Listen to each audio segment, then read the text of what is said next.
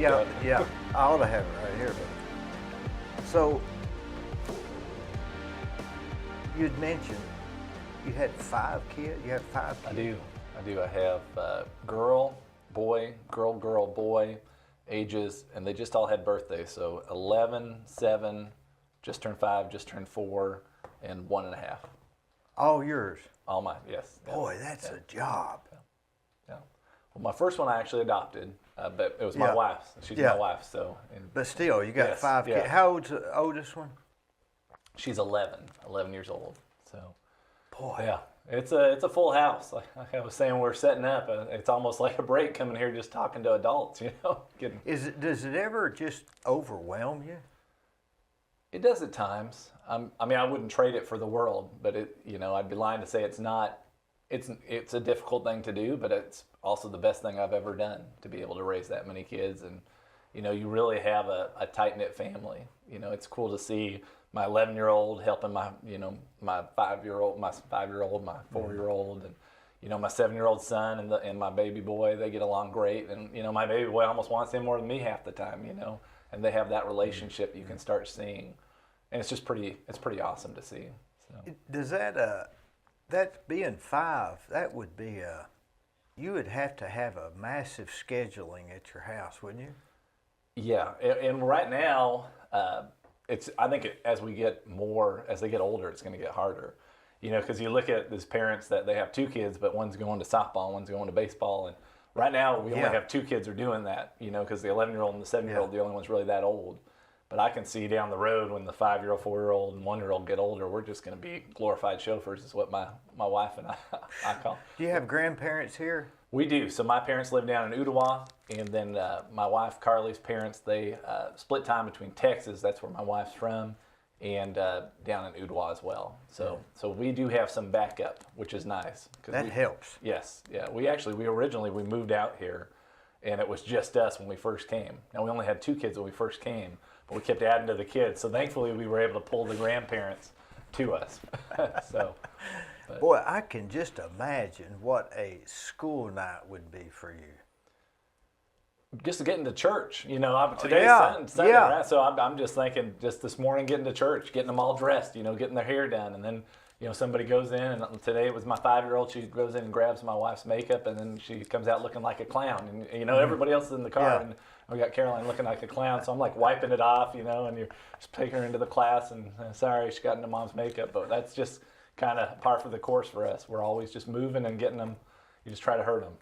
Do you take them to Sunday school? We do, yes, sir. So that's, what, 9:30? Yeah, so we go to First Baptist, so that's 9:45 is when Sunday school starts. And so we go there for second service, and then third service we go to for the big service. So. Boy, that's a how many they got, 3? They've got 3 over there. Yeah, they have I guess an 8:15. I say I guess because I don't think we've ever made it to 8:15, and I would love to make it to 8:15. It's just never gonna happen with 5 kids. But even after class and time to go into the auditorium, you got to gather up everybody. Yeah. Oh yeah. And at First Baptist, it's just a big church. They have preschool and kindergarten stuff like that over on one side, and then the other kids on the other side. So I'll take 2 of them over to this side, my wife will take 3 to that side, and then I'm trying to find my wife to go into the big service, and so we're always, and then you're coming out with 5 kids, and you're doing a head count, and then everybody else is flowing out, so you're always pulling the kid, grabbing the kid, keeping them from running out in the street. So, but it's fun though. Like I said, I would not trade it. Well, if you've got 2, you're busy with just 2, and you just got 3 more. Back in the years ago, people would have 10 and 11 kids. Right. Well, my grandma is one of, I think, 15. 15. She grew up in a 2-bedroom house out in Texas on a ranch. And with 5, we're kind of the abnormal, but you think back then that was pretty much normal. You go out to some of these farms and stuff, and there'd be 10 kids, and most of them. Maybe they didn't have all those extracurricular activities in, like baseball, softball, football, basketball, soccer. Right. Well, it was like milking the cows and getting the cattle out and stuff like that. That's my grandma growing up telling me stories. And maybe didn't even go to school past the 8th grade or something, I guess. I don't know. Yeah, it was definitely a different times. I think today in our society it'd be hard to have that 15-kid family. I wonder what the statistics are. Do those kids grow up better or smarter, or do ours grow up better or smarter? Yeah, it'd be interesting. I think there was more common sense back then. If I had to be honest, I think back then there's probably a lot more common sense. So, you knew wood rotted, et cetera, et cetera, et cetera. It's very simple stuff. Right. Well, you knew all those. You had skills. And I'm an attorney, so I don't have a lot of that practical skills. My dad was a firefighter, so I'm always calling him to say, the sink's broke. What do I do? And stuff like that. But I think back in that day, like my grandparents, both my grandpas, they could fix anything. My dad could fix anything, and I think we're losing that, I guess, self-reliance ability. They were can-do people. Yeah. Weren't they? I mean, they wouldn't pay to have their oil changed. Right, they would do it themselves. Yeah, that's what. I bet I haven't changed the oil in my car since I was 20. Right. Yeah, I'm the same way. My dad, growing up, he would always change the oils in our cars. He taught me how to do it. I know how to do it, but it seems like in our pace of society now, it's like, well, I don't have time to go wait for the oil to come. I need to go, get it done while I'm on the phone talking. The guys can do it at, the Jiffy Lube or whatever. You'll never teach your kids how to change oil, will you? Probably not. And by the I might now, just because we're talking about it. Yeah. Or change tires, or change a flat. Right. I still know how to do that, and I did that recently. But and these are just things that's come to mind. We're not even talking about. Right. Building a house or typewriters. Mm-hmm. Sewing. I mean, that's a lot. Or using this phone here with the dial. Right. Right. A lot of that we've and it's just passing away. The ability, and a lot of that stuff is just obsolete as well. So. Yeah, what's the point now of learning to change your oil? I mean, when you can just drive, every mile there's an oil change spot. Yeah, $50-$80 and you get your oil changed. Right. And now it's all kinds of different oils. Back then it's probably just oil. Right. And then right now they got the synthetic stuff and the good stuff, and things change constantly. Somebody told me I read where the only thing constant was change. That's true. It's kind of an oxymoron in it. Well, death and taxes, right? That's the only constants in life. Death and taxes, yeah. People always classify lawyers and accountants in the same thing. I guess it's because they're thinkers and that sort of stuff, right? I guess so. I mean, it's more that, I guess, your analytical, logical side. But like I said, I don't know how that translates sometimes to practical stuff. Do you find that a lot of the stuff that you do is I was talking earlier before you came in, stuff in somebody's business, if you're not in that business, you have no clue the hurdles that person in that business has to jump over. So as far as the law practice, not just that, but in anything. I mean, if you mowed lawns for a living, the ones that do that for a living, we would probably not believe all the issues that they have to deal with. Right. I think that's true. I mean, I don't think you can understand what a person's going to until you get in their shoes, right? And I think that's true for careers. It's true for health issues. It's true for a lot of that stuff in life. When in my business, people say, "Well, I could get a plumber to do that for this." I'm thinking, well, if you could do that, I'd do it. They're not thinking of something I hadn't thought of. Right. Right. Well, I think anyone can, maybe not anyone, but people can do almost anything, right? I mean, I think almost anyone can become a lawyer.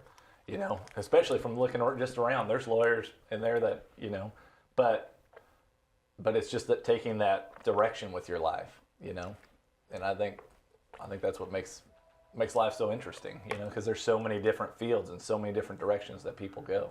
And in the law field, there's so many. Some people are just title attorneys, and some people are. There's so many avenues of law, and that's what I think. Sometimes people on the outside don't get, because they'll hear I'm a lawyer and they'll say, okay, let me talk to you about, a divorce I'm going through and what should I do about custody issues and stuff. And I know just enough in a lot of that to be dangerous, because I learned it for the bar, almost 10 years ago now. And now I've been doing criminal law pretty much ever since.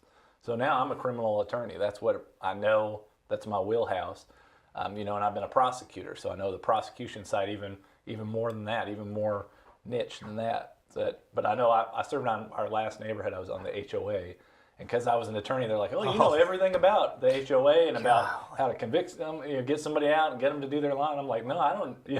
That's not my specialty." But and when you learned it in school, it's probably different. When you learn it, you have to learn all those areas for the bar. Right, and they're always evolving, right? So what you studied to pass the bar may not even have any relevance today in that specific area. Right. Because they're always changing. Well, the laws always, they go to Nashville, just in Tennessee, the legislators go to Nashville every single year and pass new laws. So whatever they pass then trumps the last thing that you knew. And you've got to read it. Yeah. Or know. Whatever field you're in, you have to look at what did they do for this. What, as a prosecutor, I had to look up and say, okay, what's this crime now, and what, how many more years did they add or take away from the sentence, and things like that. So, and that's true for everything. I have a buddy in my neighborhood who's a regulatory attorney, and I don't even want to think about what they deal with. The federal regulations are hundreds of thousands of pages. I can't even spell it. Yeah. Yeah. Much less know He's it. the one where, if I say something on Facebook, like, a typo or something, he'll say, hey, you made a typo, because that's his job, is to just I went to this doctor one time, and he was a specialist, and I forget what I was in there for exactly, but I had hit my arm, and a little knot came up, and I said, hey, what is this? And he said, I don't know. So he wasn't a specialist in that. Right. I could tell him I hit my arm, but he had no clue except just what his practice was. So I figured out then that you kind of got to become your own doctor in a sense, or you can't go to a doctor that knows all the areas. It'd be like me asking you, what do you do with the neighbor that dog bites? You'd have Right. to say, well, I don't know what they do now, but this is what they used to do. And I agree. I think specialized knowledge is so important. That's something that I think we take for granted, even though it still exists. Like we're talking about, it still exists in attorneys. There's criminal attorneys, there's civil attorneys, there's custody attorneys, there's doctors for feet, there's doctors for heads, there's doctors for, arms.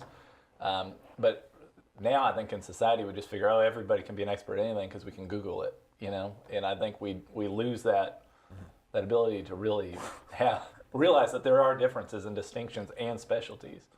And we rely on these people that's not even their area.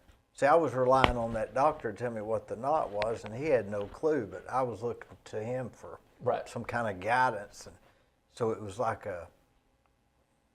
it's almost like that book, Wisdom of Insecurities. Like we go around thinking that people are helping us and looking after us and they don't know any more than we do. Right, I think there's some truth in that, yeah. But yeah, it's an interesting thought, yeah. That's a thought, isn't it? Yeah. What made you want to become an attorney instead of a fireman? Well, interestingly enough, so actually when I got out of college at 21 years old, I went to become a firefighter. So I'm from California originally. I told you that when we came in here, and I said, don't hold it against me. Yeah. But my dad was a firefighter. My grandpa, his dad was a firefighter. My other grandpa was actually a police chief at Beverly Hills, which would be a pretty good job of a police officer. But I went to become a firefighter. I got hired with LA City Fire Department. I became an emergency medical technician and EMT, worked on ambulances. And then right before my start date with LA City Fire, I guess back when I was 22 years old, I was just playing a pickup game of basketball and came down wrong and just tore up my back. I shattered some of my columns back there and herniated a few discs. And so then I had a 2-year period where I kept deferring employment with the LA City Fire Department. I did physical therapy, had a back surgery that failed, and did everything, spinal decompression, everything I could. And I never got back to a physical state where I could do that job and be throwing the ladders and climbing, pulling people out of burning buildings. And from that direction, that's really what led me, obviously, and I saw that as a God thing. God taking me out from a career that I thought, that's what I want, that's what I'm going to do. My dad did, my grandpa did, and pushing me towards law. And basically what happened is, once the back injury happened, the back surgery happened, I was living back with my parents. I quit I couldn't work on the ambulance either because I couldn't lift people. And my parents said, you can't go on disability, or you need to get a job. And this was 2008, so the economy was terrible. It was when we were going through the recession. Oh, yeah. And so they said, you got to get a job. So I just went out door to door in my parents' neighborhood, basically knocking on businesses, small businesses, and an attorney that did disability law. She was looking for someone to work part-time for her. So she hired me, and I did that for about 6 months to a year. I was like, I can do this. This is pretty, I always like to study and things like that. And so I said, this is pretty neat. I could maybe do something like this. And I was always pretty politically minded as well. And so it felt like, okay, the economy's bad. God took me out of this job, being a firefighter, and he led me here to show me this direction. Let's take the LSAT, which is the law entrance exam, see if we can do well on that, and then go from there. I was able to take that, did well on that, and then was able to get into UCLA for law school. So it's just all kind of a... Had you graduated from college before you went to be a firefighter? I did, yeah. So when I first went to college, I wanted to be a sports broadcaster. I loved sports growing up, and I was good, but I was never good enough to go to the next level. So that was kind of, the dream of a young man. It's like, I'll just go watch sports, and talk about it. But going through that, I worked at AM 570, which back then was the Lakers flagship station. I worked for, with the Dodgers as well, and just in college. But you see all those guys that are sports broadcasters, they don't start out in New York or LA or at the big markets. They start out in Iowa, or not that there's anything wrong with that, but they have to work their way up. And most of those guys that get to the top, they don't really have a family life. They've been through several marriages. They don't see their kids, and I was able to see that working as an intern there and externing there at that kind of level. And I always wanted to have a family. So that's when I came out of college. I looked around and I said, what my dad did was great. And that the fire service is just a brotherhood. I mean, it's like you have another family there, and you have a lot of time to see your own family. And you were familiar with that. So it made sense to go for that. So a sports broadcaster, you have to interviewing people that are basketball players and stuff. Right. Yeah. So when I worked in LA at the Lakers flagship station, I interviewed Kobe, met Kobe, Phil Jackson. What was he like, Kobe? He was pretty chill, I guess would be a good way to describe him. Just real calm, and usually what I would do with Kobe, he had a weekend call-in show with the bigger people on the radio, so I would be the one who would call and keep them on the line till they came back from commercials. So my interactions with him were pretty brief.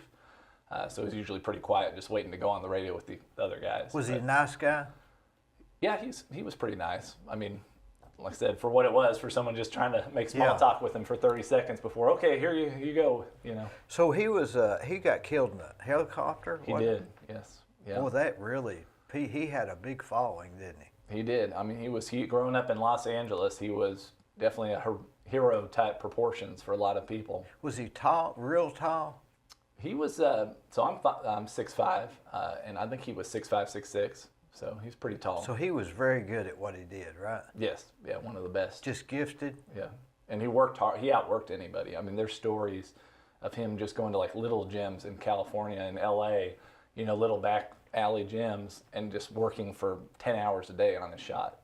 And on his moves and stuff. His work ethic was just ridiculous. Have you heard that saying that if you do something 10,000 times, you become an expert? You ever heard that theory? Yeah.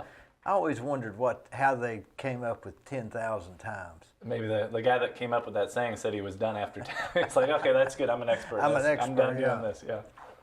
That would be a lot of times. But I guess you would be an expert. Right, and I think that's why so many people don't ever obtain that, because they don't put in the work to get to that next level. Or they have a problem. See, Kobe could have just come down on his back like you did. You didn't do anything wrong. It was just a freak accident, right? Well, so much of life, I think, is, it's God directing it. And it is stuff like that, like an injury or something. Like you look at a lot of athletes, they get an injury in high school and that they're done, and everyone thought they were going to be the next whoever. And they might have been if it weren't for that one thing. Right. You ever wonder if we take a right or a left sometimes? I've thought of times when I thought, boy, if I'd have took a right instead of a left, I'd have really been in trouble. I mean, not just literally, but I mean, if I'd have went this way or that way, or like in 08 and 09, things were bad financially. Right. I could have bought the wrong thing and gone broke. Right. Yeah. I mean, I'm a Christian, so I think everything works together. You know, I think God's in charge of everything, but a lot of it we'll never know. You know, I don't think we'll ever know, why did that happen to me? Why did that not, you know, I've had conversations with some fathers that are going through things with their children having cancer or things like that. God. And that tears me up, because I see my 5 kids are healthy, and I wonder, why are my kids, you know, why has God allowed my kids to not walk that path, you know, to be healthy? I don't think we'll ever know that until we get to heaven. So. That very question has caused a lot of people, to not even believe there's a God. That one question there, why is this happening to them and not me? Right. Of course, there's that book, Why Does Bad Things Happen to Good People? Yeah. You know. Yeah. Well, I think, like I said, I don't know how far you want to get into the theological areas, but I think that, you know, things happen on this earth for reasons sometimes we don't know, but everything that's happening is ordained, and everything that's happening is going to bring glory to God somehow. That's my belief. I believe that God is in control of everything, and we just think we're in charge. Right. But somehow or another, we're supposed to try. Right. But I'm not sure if it even matters. Well, yeah. Maybe it's going to happen anyway. And I think sometimes God gives you the ability to look back and see things that you thought were the worst things ever, and then see how it led you. Like I talk about my back injury. I'd be lying to say that wasn't the worst time of my life, probably. You know, I was young, I was coming out of college, on top of the world. You know, I thought, I got the fire job, I got the great career, I'm 22, I've got everything figured out. And then I just was in horrific back pain for 2 years. The economy crashed. I lost my job. God. You know, and then, but looking back on it, it led me to, law school to become a lawyer. It got me out of state of California. If I'd been a firefighter, I'd still be basically stuck there, you know, because I'd be on my 30-year plan to get retired. And, so it led me to Tennessee. I found my wife. I met her while I was at law school. She's not a lawyer, thankfully. But I met her there at law school. I would never met her. You know, my oldest daughter, like I said, was able to adopt her. I would have never had her in my life. I wouldn't have had any of these kids. So it's pretty crazy to think, you know, that back injury that I thought was the worst thing that ever happened to me back then. Now I look back and say, you know, that ended up being, in God's way, the best thing that happened to me, because it really led me to where I am today. Plus, your back was hurting. We forget that you were in excruciating back pain. For about 2 problem. years, it was excruciating. Probably 7 to 9 out of 10 every day. Like I couldn't sleep at times. You know, and back pain is one of those things that you bend one way, it's out. You know, and it's something you can never really stretch out. Did they put you on any pain medicines? Thankfully, I didn't want to touch pain medicines. Well, it's a good thing. Yeah, you could have been on that. And as working on an ambulance, I'd seen a lot of folks, obviously, who have used opiates and things like that, and I just didn't even want to touch it. What'd you do with the pain? I just pushed through it, which was tough. I mean, for 2 years, it's a lot. Constant. Chronic pain is a tough thing to deal with. Did you have to just lay on your back most of the time? Most of the time. Yeah, and just lay there, and I'm a sleeper usually on my belly. So it was a long 2 years. And you're supposed to be 21 and going out and enjoying life, and you're sitting there laying on your back while all your friends are. They probably wonder why you're not going here with us, and you're thinking.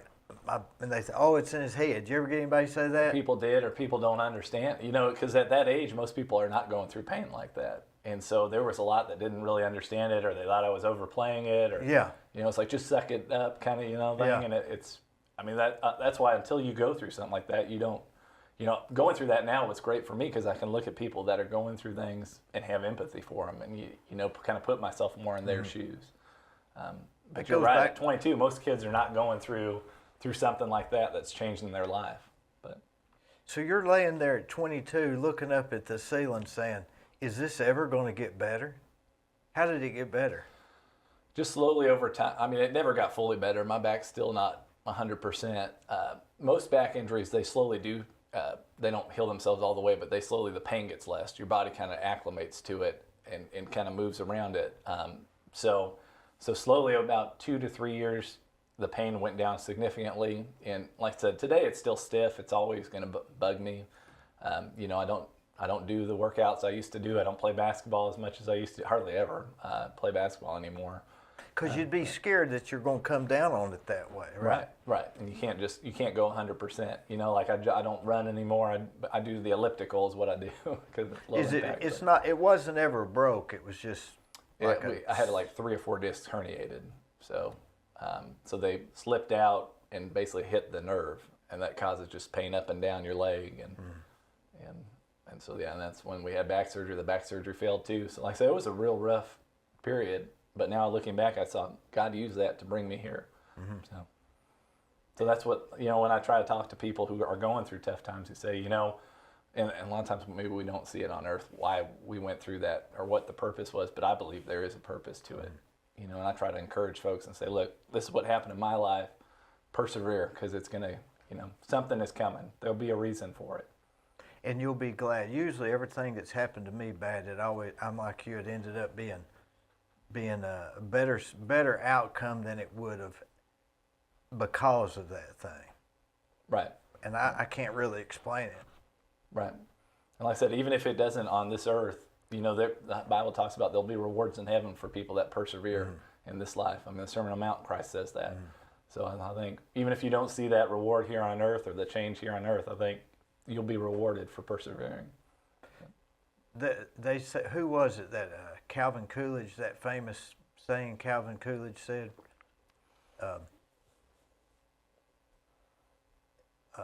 never, all the world's problems always have and always will be solved by persistence. I think that is, and that's and true. Nothing, talent nor money nor skill will ever take the place of perseverance. I think that's what it says, Calvin Coolidge. Yeah, I think so. I mean, and if that's not what it is, I agree with the sentiment. Yeah, and we got to go with that, or else we'd just cash it in, wouldn't we? Right. Well, and I think that you have to. I mean, this life is hard. I mean, it's a tough life. It's a great life. There's great things to this life, but you see, getting old is a tough thing. Having my knee's been out for the last month, that's not an easy thing. But that's part of getting old. That's part of just part of life. Your height may be why your knee's out. Yeah, when you're taller, you usually have a lot more injuries. My grandpa was 6'5", and he had, from 40 on, he was pretty much had a lot of health issues as far as pain and things like that.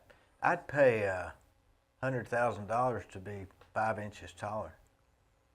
Even if it came with the bad back, or no, I'd rather have just my height with no bad back. Yeah. If I could take that trade off, yeah. So when you were growing up, you never thought I'm going to become a lawyer, right? Not really. Like I said, I was such a big sports guy. I still love sports, but I'm not at all the fan I used to be. I don't have time for it, frankly, with 5 kids. But growing up, that was my whole life, was, watch the Lakers, watch the Dodgers, watch UCLA, all the LA teams, because I grew up in LA, and that was my entire life revolved around sports. And so that was, and I was, my college I did their play-by-play at the Master's College, where I went to college, a small school in California. So that was my whole drive, was sports, all about sports. And then you get out, and like I said, you see that's not everything there is to life. There's family, there's work community, there's a church community, there's things like that, and that's where I made that change. So. Have you ever noticed these people in the Olympics that will work for years to throw the javelin or something further than anybody?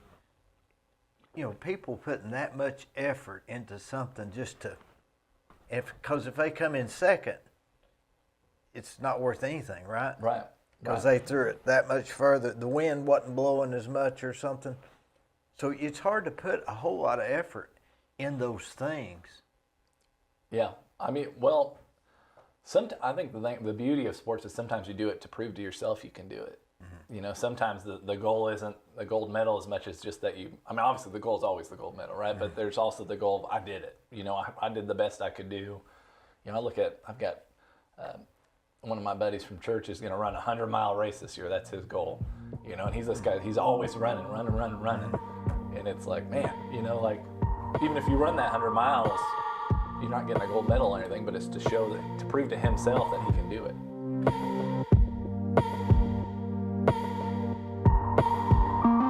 Let me tell you about Capstar Bank. They're located in Nashville, Hendersonville, Gallatin, Athens, Madisonville, Sweetwater, Etowah, and in Cleveland at 950 25th Street and 3855 North Ocoee Street. I've used them. I like them. Give them a try. They're no problem.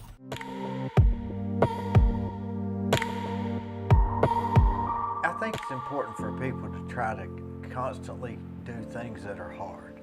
I think it helps your mentalness to try to keep doing stuff that's hard, not do stuff that's easy.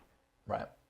Well, I think it builds character too. When you're pushing yourself, regardless of what the goal is or what you're doing, it's definitely pushing you to the edge of what you can do. I think people that try to do stuff easy, that eventually when their brain figures out if they can stop breathing, it'll be easier, then they'll just die. So you just gotta trick yourself into thinking you gotta do it. It's gotta be done hard. And you gotta keep trying. Right. And to tag on to that, I mean, I guess it's a little bit different, but you know, a lot of the folks that I've seen when they get older, the ones that stay healthy and live to be, you know, 100, or my wife's grandpa lived late into his 90s, and it's because he stayed active. You know, the guy was in his 90s and he was doing more stretches than I am, and he was doing weight stuff, and he was going to the office and managing money and all this kind of stuff. And it's like, man, I can't even manage my own finances, and he's still doing all these other things. And that's what, and then you see the other people that, you know, retire at 60, don't do anything, and then their decline is quicker. You know? Never fail. So Never I think fail. you have to stay active, whether it's physically or mentally. I think that's a key to success in life. Even if, but you got to trick yourself into thinking there's a prize at the end. Right. Even if there isn't one, just come up with a prize or a reason to get there. Because if you don't have a reason to get there, why do it? Right. Well, and I think it's always about pushing yourself too. You know, right now I'm running for office, so it's like, you know, meeting 50 people a day is great, but let's meet 100 people a day. You know, it's setting whatever you're doing, try to get it to the next level. Yeah, you're embarking on something that you don't have to do. That's right. Yeah. And maybe, now for the layman like me, to you know what your job is and what your position is and what you're running for. But to somebody like me, I have no clue what your job even consists of. Right. And I'm going to bet that most people don't, that are not into that thing. Right, that's true. So, because basically there's going to be, you know, that's the hard part when you're running for a judge spot. There's 7 judges that are on the ballot, different positions. And most good people that are voters don't go to court. They don't want to go to court. You know, maybe they'll go to court over some They don't dispute or even know something, where it's at. Right, and I'm running for a criminal court, so especially they're not going to criminal court. I'm running for criminal sessions court. What is that? What does that mean? Criminal. I know what a criminal is. Sessions. What is sessions? So in Tennessee, every case from the criminal side, almost every case, like 98%, if you get arrested before you go to grand jury, because some cases go to grand jury first before the person gets arrested, but most of them, you get arrested, you're going to sessions court. And in that court, you have a right to a preliminary hearing where the judge, a sessions court judge, which is what I'm running for, will say, yeah, it probably happened, and if that's the case, I'm going to send it to the grand jury, and then if the grand jury says it probably happened, then it'll go to criminal court, and you can have a trial up there. But where does So I'm running for this one on the front end. It's kind of the front ground end, floor of the criminal justice system. Gatekeeper, would that be a word for it or not? I mean, I don't know if that would be, I like to say it's the ground floor, because almost every criminal case has to flow through there. Evidence where? Is there enough evidence yeah, here? is there enough evidence? And you're not having a trial. You're not guaranteed a trial there. You can have misdemeanor trials there, but you're guaranteed what's called a preliminary hearing. So basically, the officer can come in, say what happened. You know, the evidence has to be admissible, can't be hearsay and things like that. But if the judge says, okay, this probably happened, the case gets sent over to grand jury, and then it can go up for a trial at a criminal court. Did you ever watch Night Court? Remember that sitcom Night Court? I know what you're talking about. I don't think I ever really watched it. Yeah. I think that's what he was. He heard it first and then decided. And then went up, decided. Yeah, it's definitely a lower court. Lower. Yeah. Not, but you have to. But you wear a.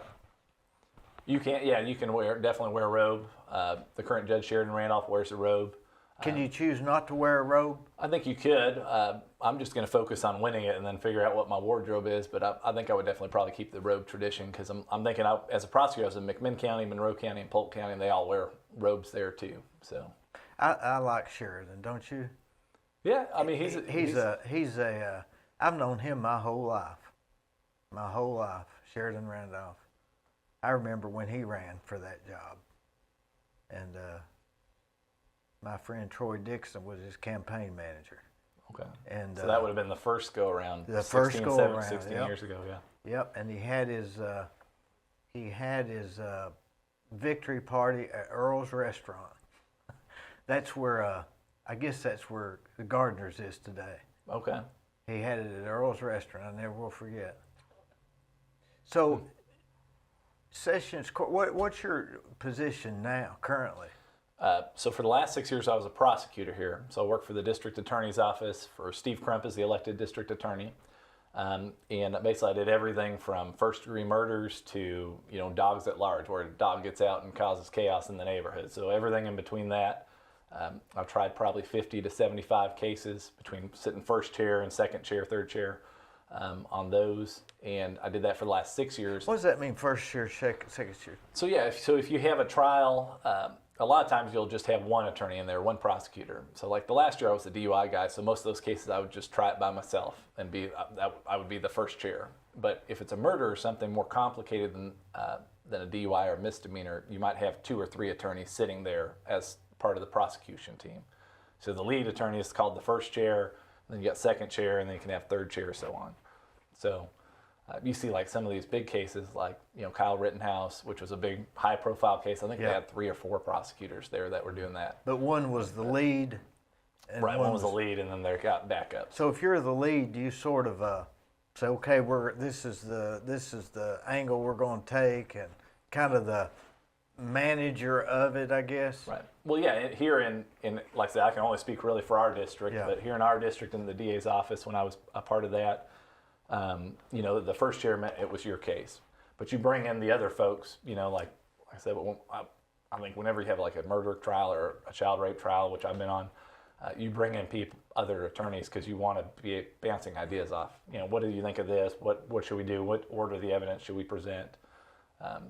Don't we live in a good country that has all of these stops? I mean, policeman stops you, charges you. It has to go through a sessions court where they determine if there's enough, kind of looking over the Right. rest, I guess. Is it more likely than not? And then if he thinks it's got some validity, then he sends it to the district attorney, who has to give it to the grand jury. To the grand jury. And they have to do that same thing. So and they are not lawyers or policemen. They're just a room full the public. Yeah, average people. I could be one. You could. Anybody could be You'd one. probably enjoy it. I probably would. Yeah. You could talk it out. And say, well, of course, that's where they get a true bill. Is that what they call it? Mm-hmm. Mm-hmm. So,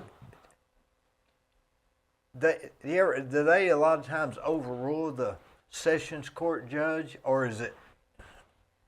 I was on the planning commission. Generally, if the staff approved it, we were going to approve it. Is it like that, or is there a little more? Yeah, I mean, generally, I think grand jury does indict cases. Usually, and what we tried to do when I was, and like I said, I stepped down from the DA's office to run for this judge spot. So I haven't been a DA for, I guess, about a month and a half, 2 months. So you have no job. Well, I'm doing part-time work right now, and I knew that I would have to quit basically to run for this a few years ago. So I've saved up a nest egg so I can be out there campaigning and meeting people and doing that. You're all in. I am all in. I am, and I'm definitely dedicated to what's going on and to the campaign and to trying to get this position, because I think there's a lot of changes I'd like to make. I'll say this: I've got a good friend of mine that's an attorney and I won't say who it is, but he is all about Clay Collins. Well, that's so you good. came extremely highly recommended by this guy that I really respect. So you've got to have something going for you. Well, I appreciate that. That's good to hear. And you know, like I said, I am all in. I quit my job as a prosecutor. I love being a prosecutor. You know, I don't think there's anything like trying a case to a jury. I don't think I'll ever have that kind of experience again. You know, but I saw some issues with that court, and you know, I've got 5 kids here, like we've been talking about here in this county. And I just want to make that court just as efficient as I can and get cases moving. And like I said, that's the ground floor of the criminal justice system. So my goal is to get stuff moving along, because it doesn't matter whether it's a misdemeanor or a murder trial. It needs to be moving towards resolution. So Not even for the benefit of hurting the bad guy, but you know, aren't we? Isn't one of our rights to a speedy trial? Right. And that's sort of been maybe bastardized over the years. I mean, what do they mean by speedy? Right. Well, I think it definitely has. You know, and let me say this: do you ever read Franz Kafka, The Trial? Yeah. You know, that guy. He waited that whole time for what we have. The you know, Sessions Court. They never even told him what he did wrong, did they? Remember that? He was just always kind of in limbo and worrying about what was going to happen. And that's been probably a good decade since I read that. Actually, when I hurt my back, I read all those classics because I was on my back. So you know. I love that book, Franz Kafka. I've got it on tape. Because I think like he does. I get it lost in my head and right. complicated. The inner monologue. Yeah, and I get things complicated thinking of all different possibilities. So I see you know, they've even got sayings now. Oh, that's Kafkaism. Right. It means that you're suspicious of everything. Right. Like the football team gets in the huddle, and I think they're talking about me. You know, and they're just calling the plays. Yeah. Is that cop looking? Is it behind me But looking now, at me? You know, that kind of thing. But now, in Franz Kafka, he died before he finished the book? Is that right? I believe the book is it's not complete. And so the guy that took it over just had him commit suicide as an ending to the book. I think I may be saying that wrong. I think he didn't finish it. Yeah, but like I said, it was about 10 years ago when I read that, or I guess even more, because it was back when I hurt my back. I had no time to read all, so I read like Dostoevsky and, you know, talk about inner monologues and stuff. You read Crime and Punishment. That's a pretty heavy book. Now that's interesting. You're laying on your back. You don't have nothing to do, and you're reading. Do you see you connecting these dots like you're reading Franz Kafka and what'd you call the other one?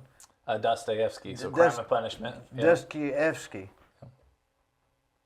Do you think maybe that had a subconscious direction to you becoming a lawyer and exactly what you're doing today? I think so. I mean, I think, like I said, I was always a great student in school, but I was sports obsessed. You know, some guys are girl obsessed. I was sports obsessed. God had to say, yeah, and I think get God that had out to of the say, way. your body, you know, your physicality and stuff.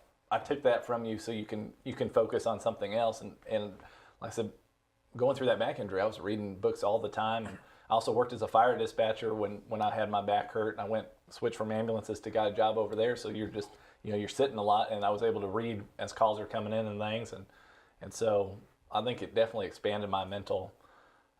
One of the things I bought when I was out on my back was The Greatest Works of the Western World. You know, it's like a 100-volume set, and I got like the old. Nobody buys books anymore, but I got like all those old hardbound books, and they're still in my house. And I went through probably over half of them, reading everything. Now those are the ones that they look like they're leather, but they're not. Right. Right. Yeah. They're real nice looking, but they were old. They're from like the early 1900s, and You got Plato and Aristotle, and I was reading all that and trying to figure that out, and stuff I don't really know why I didn't read it in college. I don't know why they don't teach you all that in college anymore. But me and you are too much alike. We like to read this, what do you call it, like maybe the other way of thinking sort of thing. maybe more just, analytic. Yeah. Just a little bit of a, why are we thinking that way sort of stuff. I like philosophy. I don't read. People know that I used to read, so they always ask me, and it's like, well, now I have 5 kids. I don't read like I should be, but I do love to read philosophy and things like that, and try to figure out how the world works. But I'm reading a book right now about this guy that hiked the Appalachian Trail, and he wrote a diary. Every night before he went to bed, he wrote a little paragraph about his day, and so I'm on day 51. And I read that every night, and there's a lot of philosophy in there that he's not telling you, he's not telling it to you, but I always read philosophy into it. Right. Well, yeah. I mean, philosophy is such a broad thing, right? It's not all Hegel and people like that. That's all like X, Y leads to this and that. A lot of it's just common sense and experience and life and putting together 2 things that happened and finding the meaning in it. And the purpose. Right. Which I love to do. I mean, I think maybe someday I'd love to write. I always wanted to be a writer, but like I said, then five kids came along. It's hard to write when you can't hear yourself. I'm reading 1 page a night, and I can't hardly get to that 1 page. If you read 1 page a night in a book, you can read a 365 can read a book a year. Yeah. I think the best thing about having kids is I've started to read to them at night. My 2 oldest, my 11-year-old, my 7-year-old. So we read, like last year, we read Lord of the Rings, all the books from The Hobbit on. We've read the Chronicles of Narnia. And what if one goes to sleep and the other one doesn't? Where do you start back? Yeah, they stay up. They're always on me I'm the one who has to call it quits. Golly. Yeah. They'll have me read to them till midnight if I didn't call it quit. So. Boy, you are busy. Yes, sir. Yeah. Now, let me ask you this. Do you see a Sessions Court judge as we're going to put the bad guys up, or we're going to keep the good people from, is there a philosophy behind that that a judge can bring to the table that others wouldn't? Does that make sense? Right. Well, I mean, I just got my big signs, and they say tough on crime, and I think obviously I'll be tough on crime as a judge. I think the key to being a judge is justice and fairness. Balancing the balancing scales. It, but there are things you can do as a judge to make the system, especially Sessions Court, because it's not a trial court, right? So I think there's a different role from Sessions to trial courts. And what I mean by that is I think Sessions Court, the key is about efficiency and really getting things moving along. Because what happens a lot of times is you'll have a case sit there for a year or 2 before it goes to grand jury, then it goes to trial in another 2 or 3 years. All right, now think about that. If it's sitting there for a while, just looking at the guy that's worried about that. Mm-hmm. What, a year, did you say? Some sit there for a year or more. I mean, let's say you get committed of this, arrested, I guess, for this crime, and you're going to go to Sessions Court. You're sitting there for how long worried about your fate?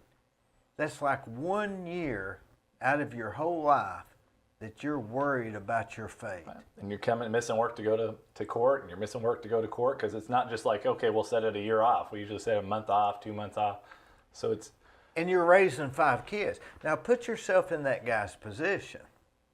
You're raising 5 kids, and you're reading them a book at night, and you can't plan a trip for 11 months from now because you don't even know if it's going to be put off a year. You think it's going to be next month. Right. But next month is Christmas, and then New Year's, and pandemic hits, and then COVID hits, and the snow days. And next thing you know, this guy's just in torment. And then you look at victims as well. On the other side of that, if you've been robbed or something, you're waiting a year or 2, 3 to find out what's going to happen. That's Are you true. Going to get restitution? So that's one of the biggest reasons I'm running, because I've seen that go on in that court. And I on my campaign website, under my plan, one of my first things on there is every case will be handled within 3 months. There's no reason for cases to drag out. Can a good lawyer stall that off? Yes. Yes. I mean, that's the trick, yeah, isn't it? and I don't fault them for that on the defense side of things, because obviously when you're a defense attorney, you're trying to make a case better for your client. All the time, it Right. gets better. And yeah, as far as a case from, obviously I was a prosecutor for a long time. For a prosecutor side, the case is best when it first happens, because people remember what happened. They're willing to go testify. They called the police, so they want to come to court on it. It's fresh in everybody's mind. But the longer you can drag it out, people, witnesses die, witnesses move away, cops retire, all this stuff can happen. And so that's why I really think justice delayed is justice denied to everyone involved. So like I said, my big plan is every case needs to be heard in 3 months. There's no excuses. There's no reason that it should take longer than that. Because obviously when you have a judge that doesn't hold people accountable, they'll come to court not ready for the case or knowing they can drag it out. And it can be on both sides. It can be the prosecutor's not ready. It can be, the defense attorney's not ready. And you need a judge that's going to say, look, these are the rules for everybody. I don't care whether you're the state or you're the defense. We need to have the hearing today, or it needs to be bound over today, whatever that might be. What if it's a snow day? What if it snows? Because people come up with excuses. Right. Well, people always come up with excuses, but that's why if you have a hard line rule, if it's 3 months, it's going on one way or the other. It's getting dismissed, bound over to grand jury, or if it's a misdemeanor, it's pleading out. I always hated in school when the teacher would give an assignment and I would stay up real late to get it done, and the next day should give us 3 more days. Now I felt like I needed to redo it and make Right. sure I had it right, and everybody that didn't stay up late got 3 more days. And then you get dependent on the 3 more days. So if you just had an exact time, Right. everybody knows about it, it would be a lot better, and it would be and if you're guilty and you need to start serving time theoretically, let's get on with it, man. Let's knock my this philosophy. thing out. I mean, the last basically DUI case I took right to the day of trial was almost 4 years old. And to think about that, that's 4 years that this guy's been kind of in limbo. It's 4 years. You have a cop coming to a trial that's probably 1,000 stops ago. For him. He don't remember. Yeah, he's trying to remember. He's not even mad anymore. And it's like that should never happen. Whether this guy was convicted, he ended up pleading, but whether he had pled or been acquitted, shouldn't have taken 4 years. And so that's one of my key goals is we need to really get that court moving along. 4 years, man. Can you imagine that guy not being able to plan? I guess he couldn't go out of town, right? Can you go to Florida when you're waiting on a DUI trial? I think you can. I think as long as you're in touch with your bonding company, because it's usually a pretty low bond for that, but it's dependent on what your bond conditions are. But it's hanging over this guy's head. Yeah. And then as a prosecutor, it's like, yeah, okay, the conviction happened, but do I feel really great about convicting someone 4 years after the fact? That's why we need to. I think it's imperative that we get cases resolved quickly, and we need to have justice quickly, whether that's acquittals or someone being convicted, depending on what the proof is, right? Or let's just forget it and go home, but let's not have everybody in limbo. Dragged out, and that's my goal at that level. Because, like I said, that's Sessions Court it's such an important thing to just keep it moving. Why is that important to you? Why is that an important point? Well, I mean, like I said, I loved being a prosecutor. I think stepping down from that to run for this judge spot was probably the toughest decision I've made as career-wise. But I did it because when you're in that court and you see these problems, you got to try to fix it.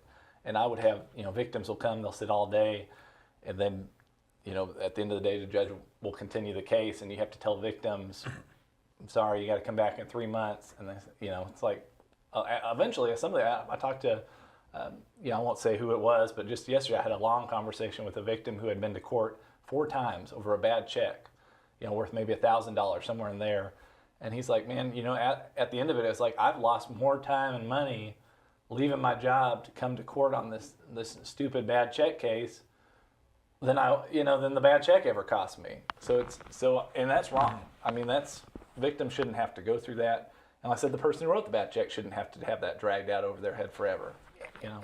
And maybe he didn't write the bad check. Right. We right, just, yeah, we just need that's to what get I'm on saying, with it. Yeah.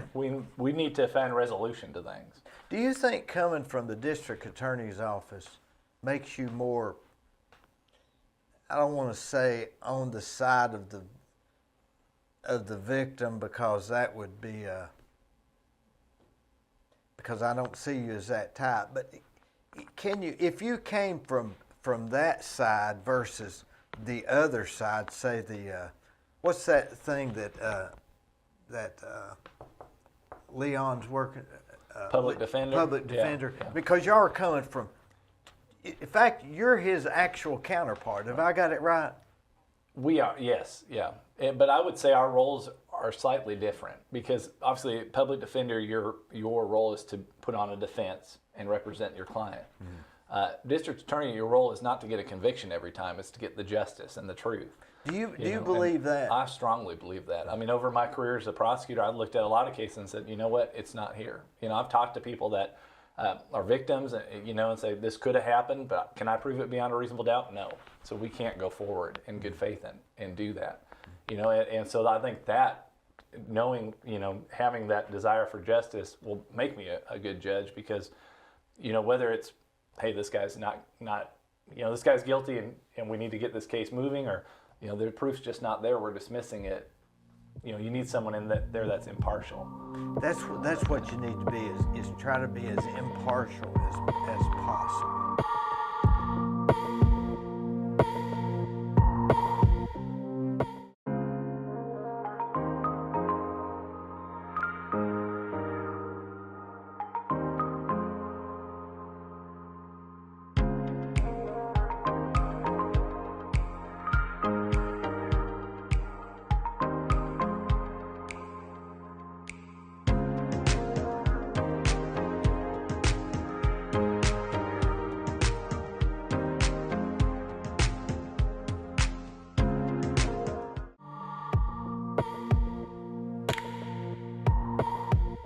I think when you the justice system starts moving along and being efficient, that's good for everybody. It doesn't matter if you're accused of a crime wrongly. It's better if you're accused wrongly. It's better to get that resolved quickly. If you're accused rightfully, you know, if you did it, it's better to get that resolved quickly. If you're a victim, it's better to know one way or the other what's going to happen in the case than to have it drag out forever. You're trying to focus on the incident, not the timing of it, not the time wrangling, moving around that they can do. Right. So like I said, it's just if you have a 3-month rule, and that's what it says on my website, that's what I'll do is every case within 3 months from arraignment, it has to be out of this court. What if it's not? It goes on to them?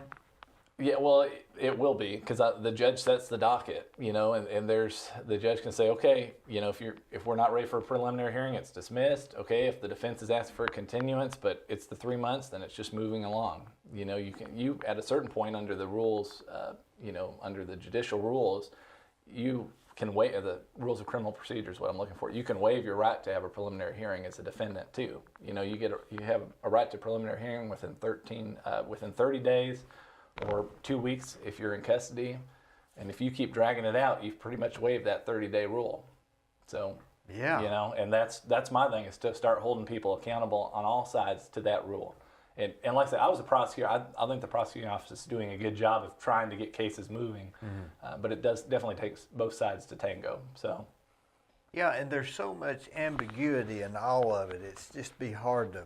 It seems like it'd be if you were working at the district attorney's office or the defense, what do you call that, defense? The public defender. Public defender's office, you'd rather have a set of rules. It'd be like going out on the baseball field and you say, okay, 3 strikes and you're out, Right. probably. Right. How would you like to play that game? Right. You know, well, we And might give him 4 strikes this time. Right, and I think it's about fairness too. I mean, it's like, okay, if you hired the greatest attorney, they can continue this thing for years if they want, you know, or if you hired someone else, you're getting the case resolved in 2 months. Like, you know, the rule, it needs to just be a hard line rule for everybody. It doesn't matter, you know, if it's you, if it's me, whoever it is in that court needs to know within 3 months it's out of this court. And that would take a lot of biases out of it too. And these are the rules that we're playing by, and this is it. I would have no idea. I would have no idea as a layman that some of these things take that much time to keep people in limbo, the victim and the person that supposedly committed the crime. Right, and that's the thing. That's the hardest thing about running for judge is because most people, they don't know what's going on in the court. They don't know. And they don't want to go to the court, and they don't want to really hear about it, you know. And so that's been my, I wouldn't say difficulty, but that's been figuring out how to do that when you're campaigning, is how to really impart to people and say, this is important, you know, because it's important, because if you get accused of a crime, or if you become a victim of a crime, it's important to have justice quickly. It's important to know that the judge is going to value your time, whichever side you're on, you know. And that's another thing is we'll have people, like I said, sit there all day, because a court opens usually about 9 o'clock, and it goes till the docket's over, right? And so we can be going 5, 6 at night, you know, 7, 8. I've been in court till 9 or 10 before. Golly. You know, and that's someone who's sitting there 12 hours missing work and everything else. And another big thing that I'm going to do, and I've talked to the clerk's office about a little bit about what we can do, but there's a lot of drug cases right now, obviously, and those are cases that don't have victims per se. You know, there's drug cases, DUIs, driving. Didn't hurt anybody. Right. And the only person you would need for a preliminary hearing would be police officers. And right now, those cases are all on one docket with all the victim cases, robberies and burglaries and thefts. And so everyone's just kind of thrown in there, and it's just, well, when we get to you, we'll get to you. And what I'm going to do is if I become judge and fortunate enough to get voted in, you know, in the morning we're going to do victim cases, and every victim case will be heard by lunchtime. You know, and that'll get everybody working hard, because if you put it up against lunchtime, people are going to, I always find attorneys like to work hard. It's about 11 o'clock is when we really start going, because we want to go to lunch. Yeah. You know, that's a human nature. Right, so sure. Victim cases all would be heard between 9 and 12 to 1 o'clock. And that would get victims to know, okay, I'm only going to wait till 3 or 4 hours today. I'm not coming here for all day. And then we can do drug cases and non-victim cases in the afternoon. And it's simple stuff like that I think, you know, these are things that I will do if I get elected. Isn't that only right? I mean, you're saying it's a scheduling thing, but me as a layman, like for instance, you do speeding tickets too? There are speeding tickets in that court, yes. So I got a speeding ticket here a year or so ago, and Sheridan was the judge, and so I go in there, and there's 50 people in there. They're all sitting there waiting, and so one of the lawyers was there, and I nodded to him, and he nodded at me, and next thing you know, I'm up there. And I'm out of there. And I'm thinking as I'm leaving, was that really fair? All these other people just sitting here because I just think it would be better, like you're saying, it would be more fair to everybody. Right, and that's my goal. Like I said, that's, as a prosecutor, it was about justice, right? And that's what I want to bring to this role as a judge. I don't want people to be treated different based on who they are. Now, when you say justice, the layman hears, I'm going to put people in jail. But what you're saying to me is fairness. Right. It's a little different from the layman. Right, and fairness.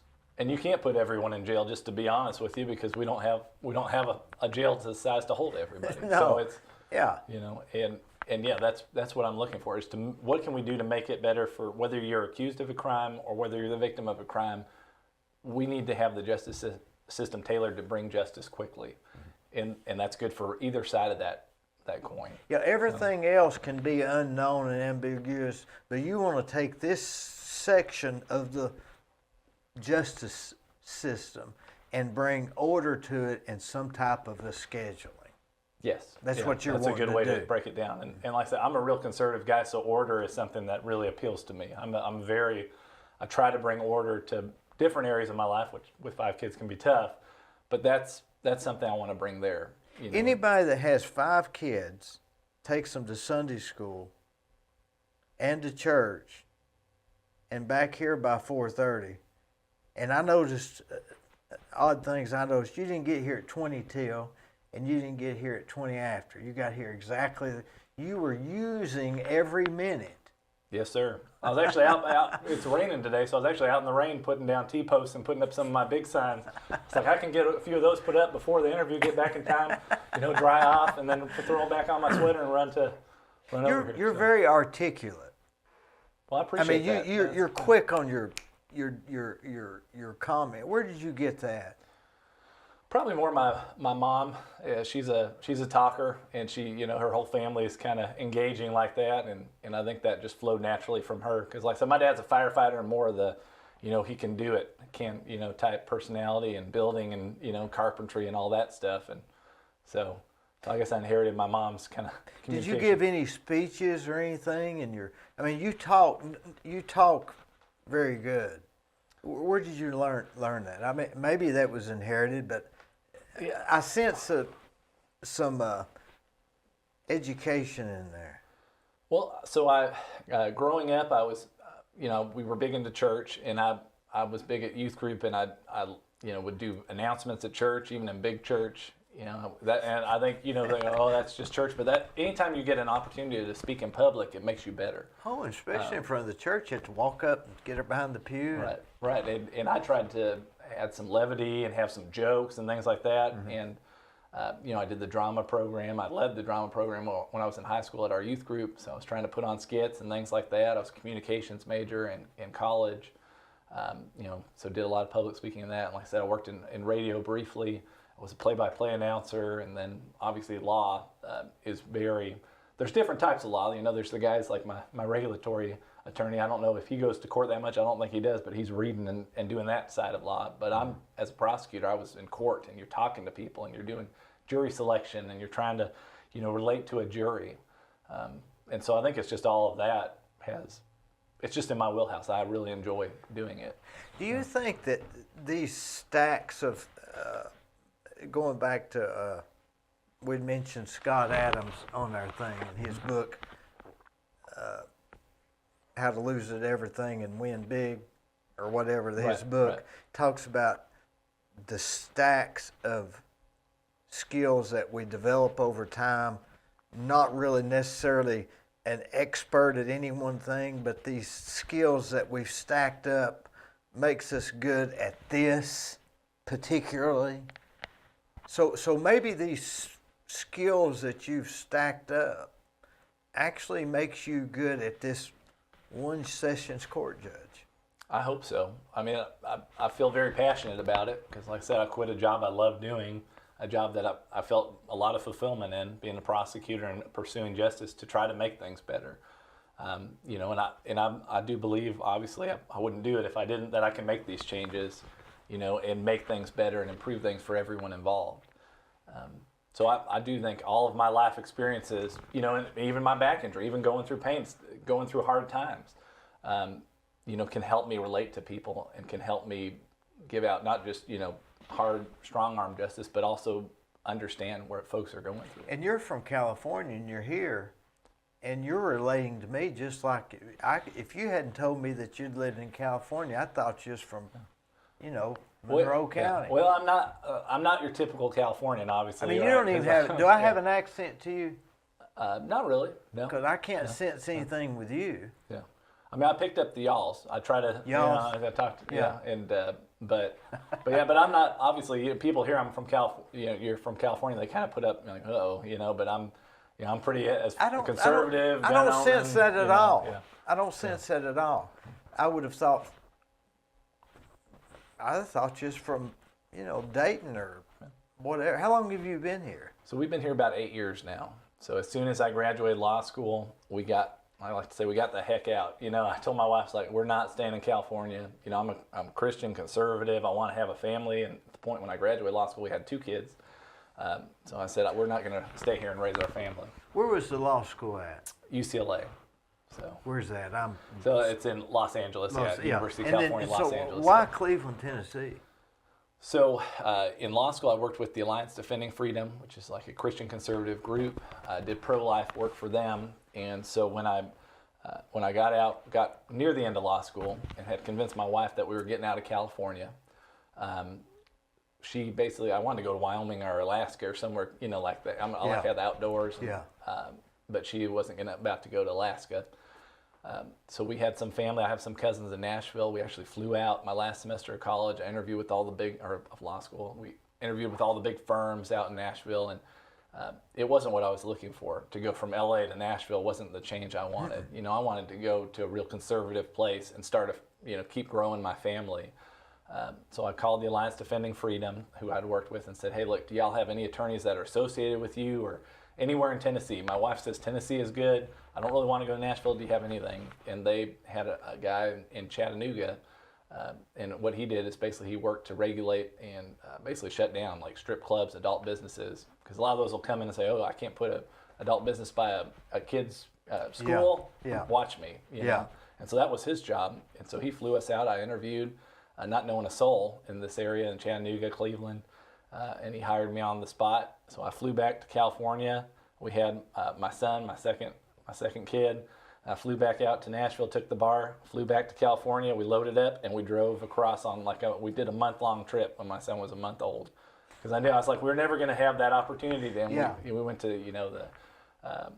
the Grand Canyon. We went to all the different national parks in Utah. We went to the Rocky Mountains. And then from there, we basically just drove through. There's not much from Nebraska. So you came to Chattanooga first? We lived in Ottawa for the first little bit. I worked for, Scott Berthold was his name. I worked for him for about a year and a half. And it was good work, but it was a small firm. So if it went to court, Scott was going to court to argue. Yeah. And it's his firm, he's the partner there. Yeah. So so I did a lot of stuff behind the scenes, which I enjoyed. But my personality type is to get out there and talk. You're not a backseat guy. Right. And so, what happened was my wife said, this has been a good job, but you're not loving going to work. You kind of dreaded going to work because you're not getting out of the office. You're just typing on a computer all day. I had worked with the DA's office in San Antonio. That's where my wife's from. Briefly during a summer during law school, and she said, you really loved that. Why don't you just go look at some, the DA around here? So I actually went in with my resume to Steve Crump's office, who's our DA here, back about 6 years ago, and said I would like to give my resume to Steve Crump.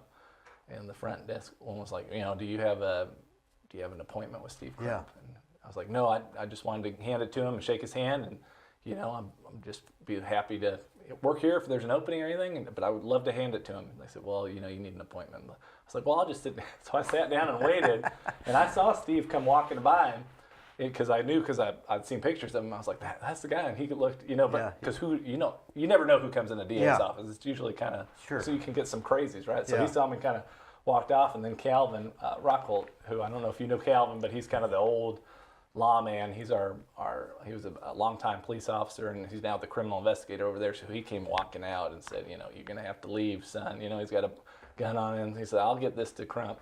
And so he took the resume. I walked out of there. I told my wife, well, I'm never getting a job there. They basically just kicked me out. And then Steve Crump called me the next day and said, you got some gumption. I really like that you wanted to hand it to me in person. And now that I know that's what it was, I want you to come interview. So I came and interviewed, and I think I got hired within about a week or two after that.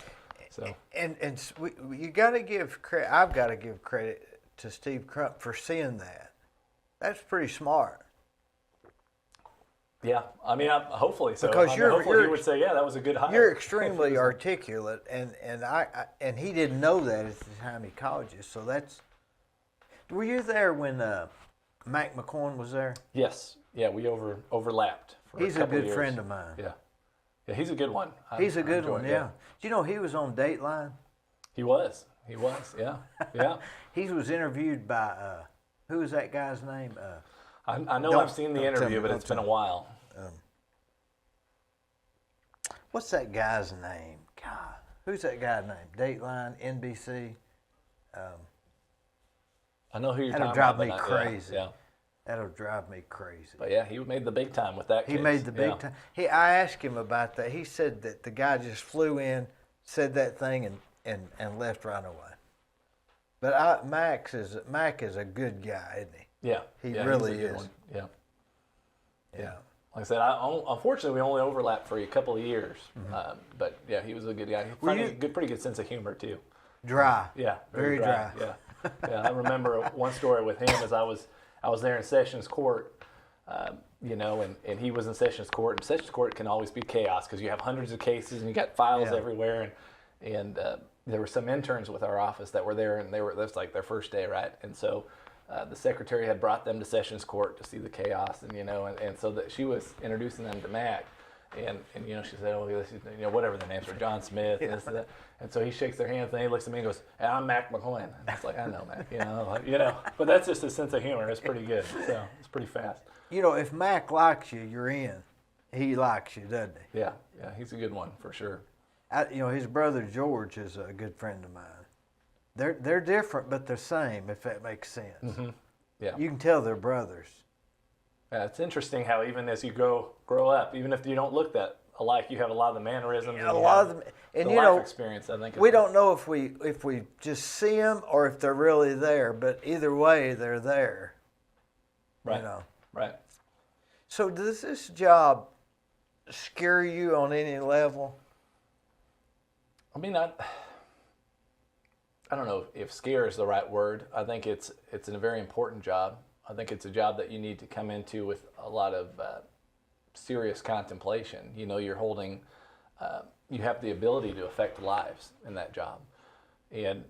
But I think it's also, as a prosecutor, you have that same ability. You have to look at, the case and know that, man, if you charge this, that could be a big thing for somebody, right?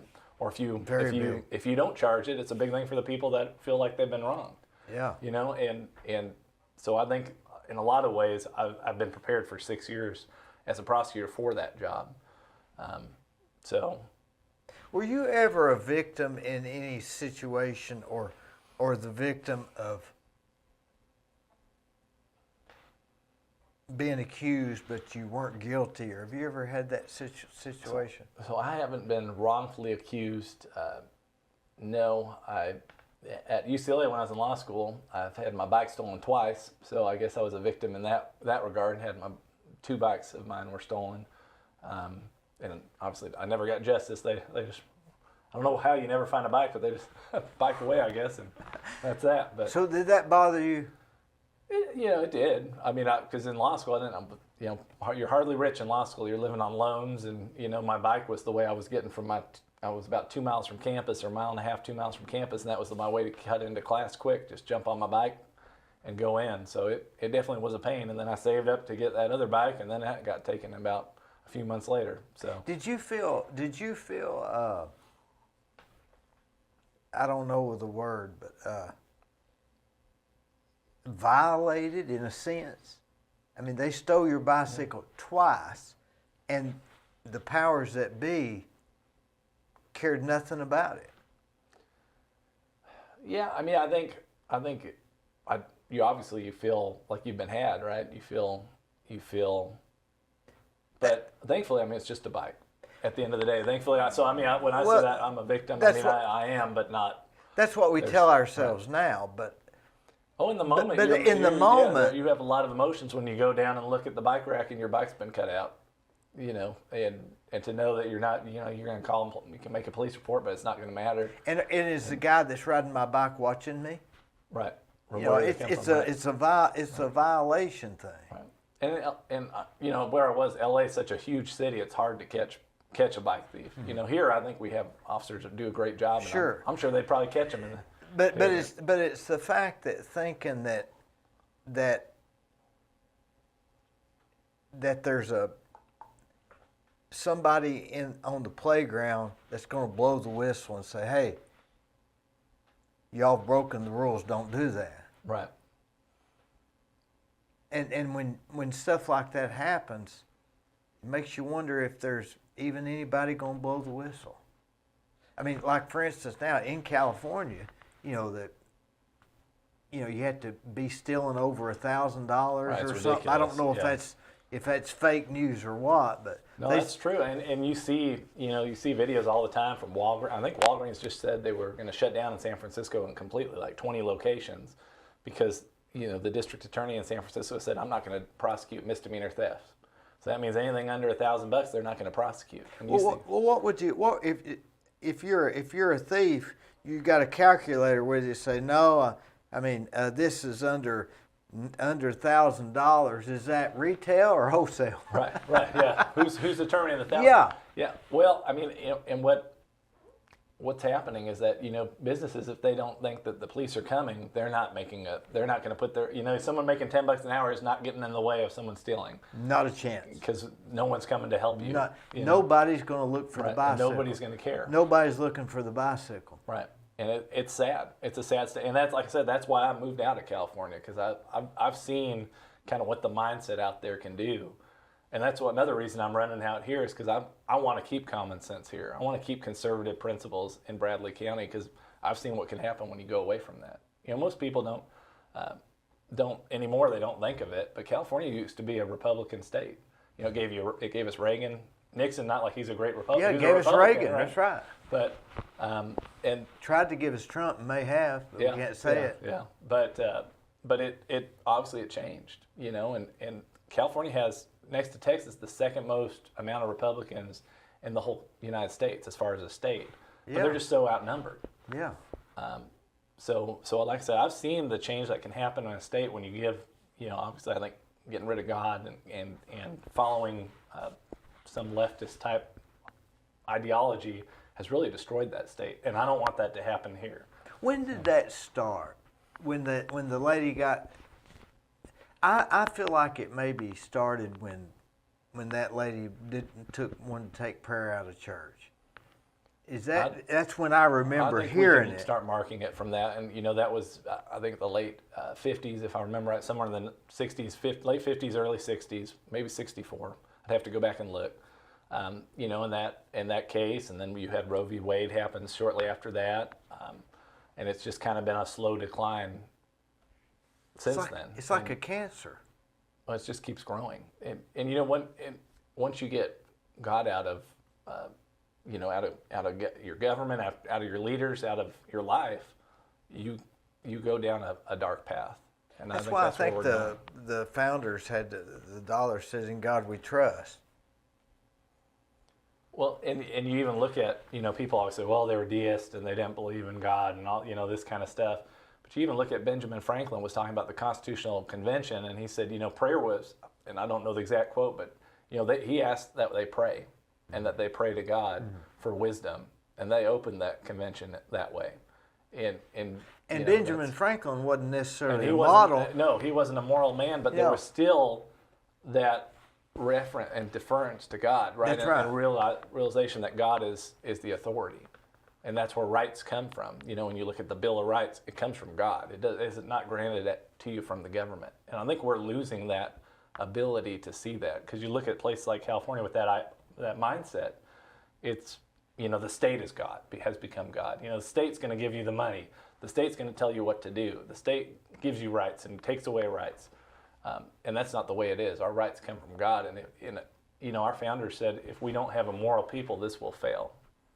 And I think we're seeing... There's no way around that. There's no way around if we don't go by the principles of God. Whether you believe God or not, if you don't go by Him, it's not going to keep going. It's going to crash and burn. Right. And I think that's what we're seeing right now. I think, and like I said, I grew up in California, so I've seen it better than most people about what can happen as you slowly turn your back. When you were in California, was there I just get so confused about all that. Now us in East Tennessee and Cleveland, Tennessee, we probably have no clue of how crazy it's getting out there, right? Or other places. Yeah, I don't think we have any clue about, I think we kind of know because we can look at, the news or whatever and say, oh man, those Californians, they're not prosecuting thefts or whatever it might be. Yeah. But until you go, and there's a lot of great people in California. Like I said, there's a lot of conservative people there. So I don't want to just talk bad about the whole place. Yeah. But the powers that be are definitely not grounded in common sense. They're, they're not Christian by any sense. I don't think you could say. And their mindset is just bigger state, bigger government. Get power, and that's why California is going the way it is. And at UCLA, I had some unique experience because I was obviously in the very small minority as, I bet. Yeah, I say I was 0 for 4 because I was white, Christian, male, conservative. So it's like everything bad you could be.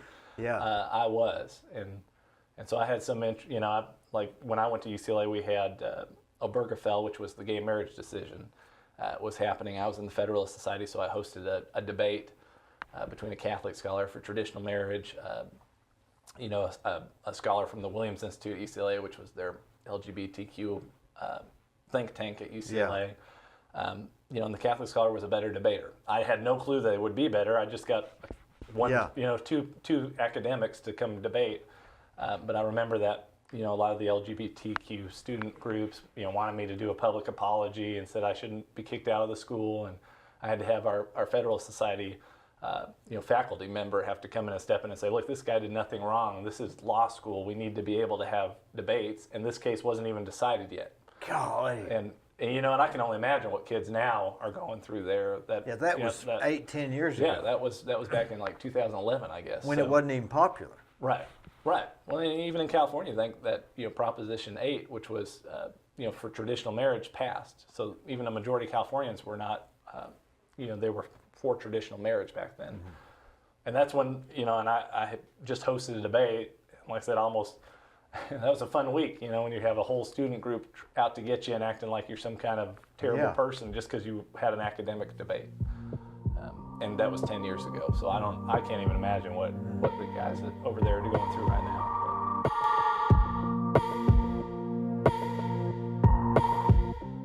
Let me tell you about Gobbles Automotive. They're on North Lee Highway, just past Captain D's. They're family owned, they're family operated. My whole family uses it. They've stood the test of time.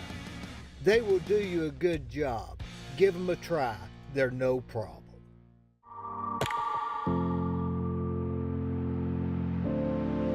When you go into Cleveland and tomorrow you're sitting at the Old Fort Restaurant, ordering and I've seen go to the Liar's table, and order the whatever. Aren't you so thankful? Yes. Yeah, every night I pretty much thank God that He brought me here. To Cleveland, Tennessee. Not knowing a soul, when we came out 8 years ago. And aren't we the nicest people? I mean, nobody cares where you're from. We just... We'll see, I guess, Election Day. I'll see election we'll day. See election, yeah. I know that'll probably could be used against me then. Well, you could lose. Who knows? But yeah, but you're not. The sentiment is true. I think we have been so accepted here and loved on here. We were in a great church. We love the church we're at. The people I work with on both sides, as far as defense attorneys, prosecutors, in that realm, have been great to me and nice to me. It's been a great place, and it's somewhere where, like I said, when I was in California, I was anathema with my conservative values and what I believed in. And here, they're almost, not everybody, but you're accepted for that, and I think that's a great thing. I can't imagine. Cleveland is just such a great place to live. I mean, I don't know if you could have picked a better place to have landed. Right. Thanks to Steve Crump saying, "Hey, I'll take a chance. I'll take a chance on this." Yeah, I agree. I mean, and like I said, it's just a complete that God would use a back injury to take me all the way, 2,000 miles away from where I grew up. And here. What's God taking now to propel? You ever think about this? Going back to, God controlling our lives. You say, well, why did it rain today? I was wanting to do this. Well, maybe He's answering that other guy's prayer. Right. And he was wanting it to rain more than, hang on, it's going to be dry for longer than you need. Or how does He answer everybody's prayers? In His timing. I think that's the answer, right? Remember that movie that that guy was in, that comedian, where he was playing God and he was hearing all these. Jim Carrey, right? Jim Carrey, yeah. Yeah. I forget what was that movie called?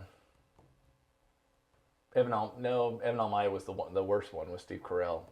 Bruce Almighty, right? Bruce Almighty, yeah. That was a little bit sacrilegious, and it was hard for me to watch it because I was raised not to be sacrilegious, and I don't exactly know what it means, but I know it when I hear it. Right. But that would be difficult for God to answer everybody's prayers. I mean, you'd have to be playing a chess game all the time of,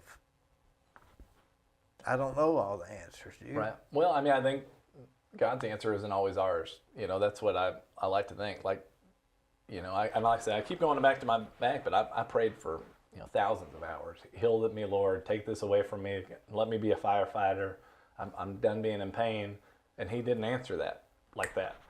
You know, but now, over a decade later, it's like, man, I met my wife, and I've come to this great place, and I have 5 kids I wouldn't have had, and I have a great, you know, I've had a great job, and now I'm going for this judge role, and it's all because of that, you know, because he answered it now, you know, so it was his timing, and his answer is not what I wanted originally.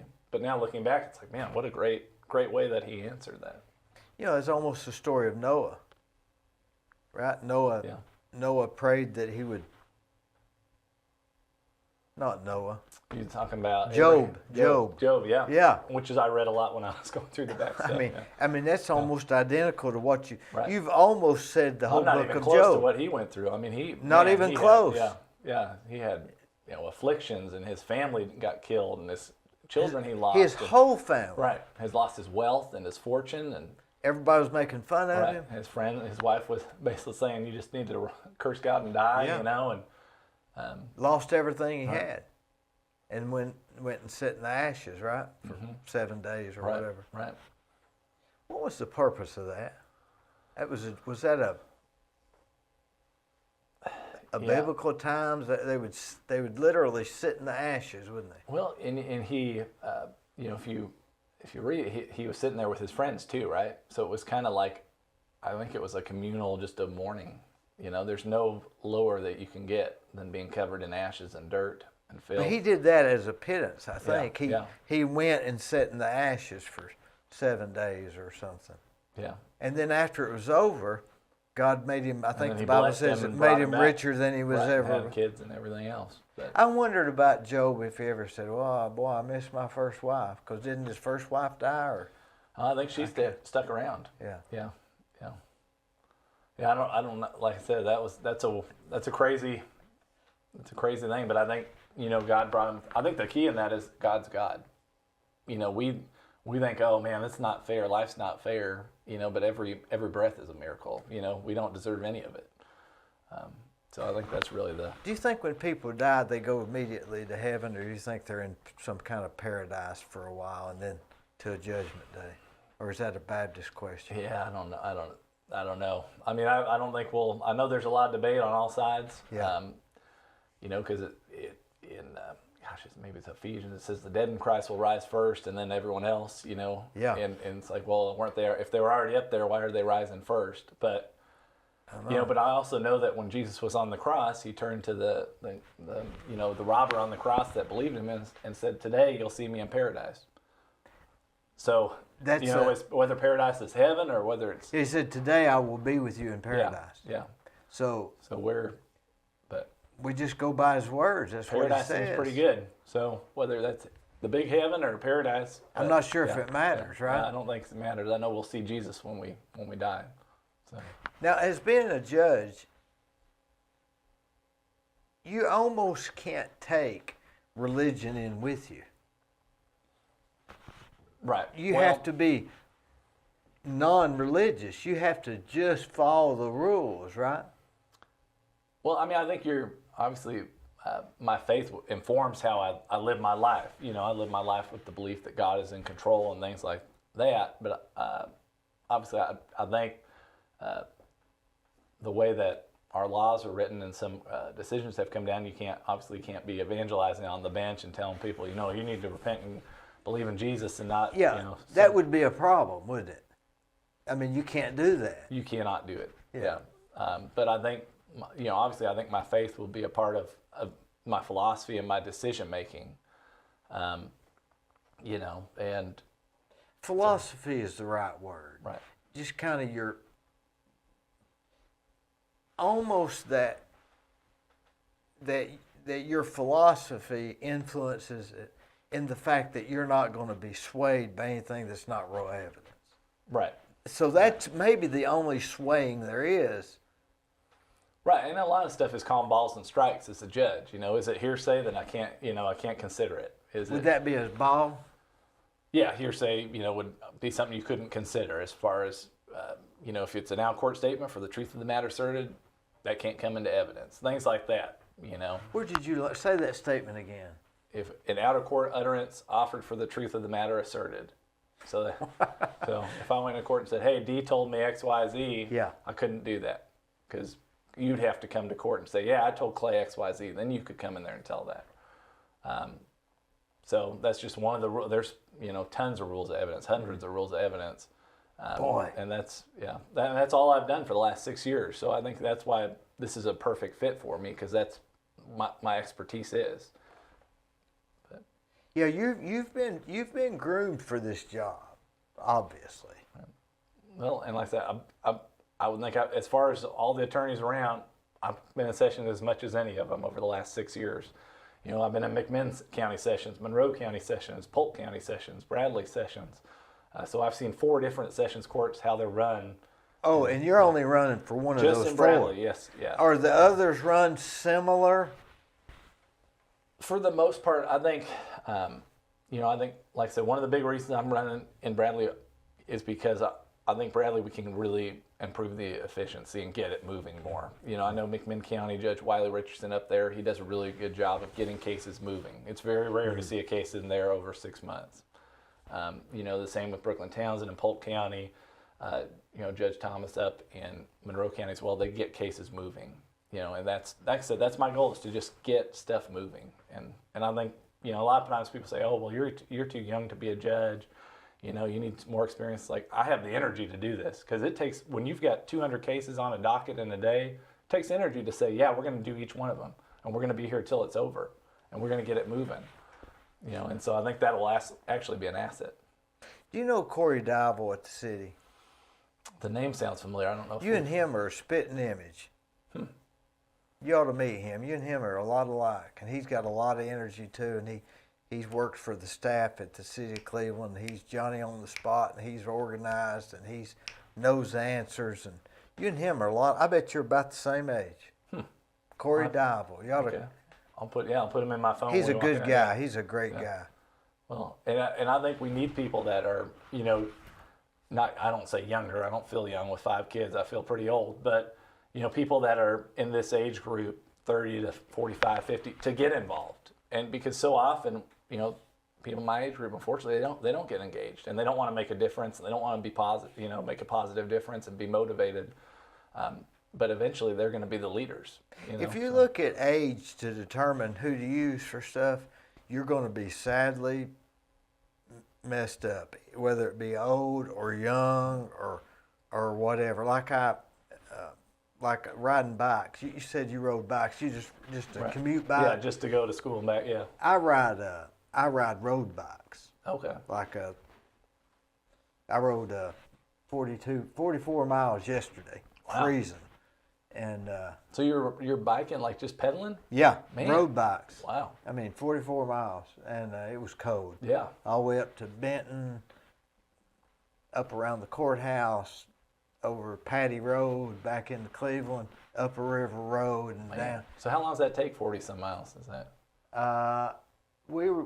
Since it was so cold, I think we did 16 miles an hour or something, Okay, which is so a couple of 3 or 4 hours. Slow for a good rider, but the average person could not do it. And you're freezing. You're freezing. Yeah. Yes, because it's Doesn't sound 45 appealing to me, degrees to be or honest. something. Yeah. But one thing I've learned, that when you ride with a group, there's a guy that rides with us that's 72. Man. I can't catch him. Huh. In fact, he just got a tattoo. I thought that was funny. He got a tattoo on his calf of Superman. This guy's 72 years old. I guess you can do that if you're 72 and can ride a bike like that. I mean, you just got to take your hat off to a guy like that. Right. But then you take somebody 24, 25 that's maybe not in shape. He can't keep up with me. So you can't look at somebody's age and determine whether or not they're going to be good in a position. Right. I agree with you. I think that's why people need to look at what people are saying, what they're going to do and what's their plan and why do you want to do this, and how they and articulate what did you it. do before this, Right. Is this just something for you that you want to do to just become a judge or whatever the position? Do you just want to do it for you, or do you actually have a vision to make a change and make a positive impact? So I don't know about everybody else, but you sold me. well, I appreciate that. If you want a sign, I've got 1,000 signs. I'm sure you've been seeing them up there, those Clay Collinsmp signs. So yeah. I have seen them. In fact, when I go riding in the county, there's a lot of your signs out through that Chatham Valley Road, and Michigan Avenue, and Hancock Road, and York Road. I've been out all through that. I've been up to River Road, and I've been down to Buck's Pocket, and pretty much everywhere in between. And so I personally delivered about 500 signs now, which has been great. And I really, it's a humbling thing to run for office, to see so many good people stand behind you and support you. There's one road that we go on. I forget what the name of the road is, but it's covered with trees and limbs, and it's a road people don't go on. And there is a big 2-post banner thing, Clay Collins. And I was thinking while I was riding yesterday, I thought, now I wonder what the association is with these people out here and you. I don't know. Yeah. I mean, most time if someone wants a sign, I put a sign up, and was it Old Tassos Road maybe? Somewhere in there? It was. Well, I mean, we try to put the big ones where they're pretty good. Well, maybe I would put it there just for your ride, Well, no, it was obvious that this person had requested your sign. It was sitting in a place that was like that. It was like I can't think of, we 44 miles, you're everywhere. Right, yeah, you're going everywhere. But it was what it struck me, because there's a lot of your signs out. But with this one was an unusual place, an unusual large sign. It just struck me as odd. Yeah, I'm trying to think where that might be. But like I said, when you put up 500, could be. I've gone down dirt roads, and I learned you don't go down dirt roads after, because I've been delivering signs down at Buck's Pocket after about 6 o'clock. It's getting dark, and I was like, you don't do that. I'll go down there when it's light out. So. Yeah, there's we're still, even though we're great people, this is still East Tennessee. Right. Yeah, and we can't be too careful. So I had a dog bite me down about a month ago, just nipped me. But I was like, all right. We was out on up through Polk County, and this guy stopped, and it was almost an all-out brawl in the middle of the road, and I thought to myself, well, I'm not as sophisticated as I thought I was, as far as being I can get as rude as the rest of them, I guess. Right. We like to think logic and reason are always going to dominate, right. But sometimes primal instinct takes over. That reminds me of Spock, what you said on Star Trek. Spock didn't give any.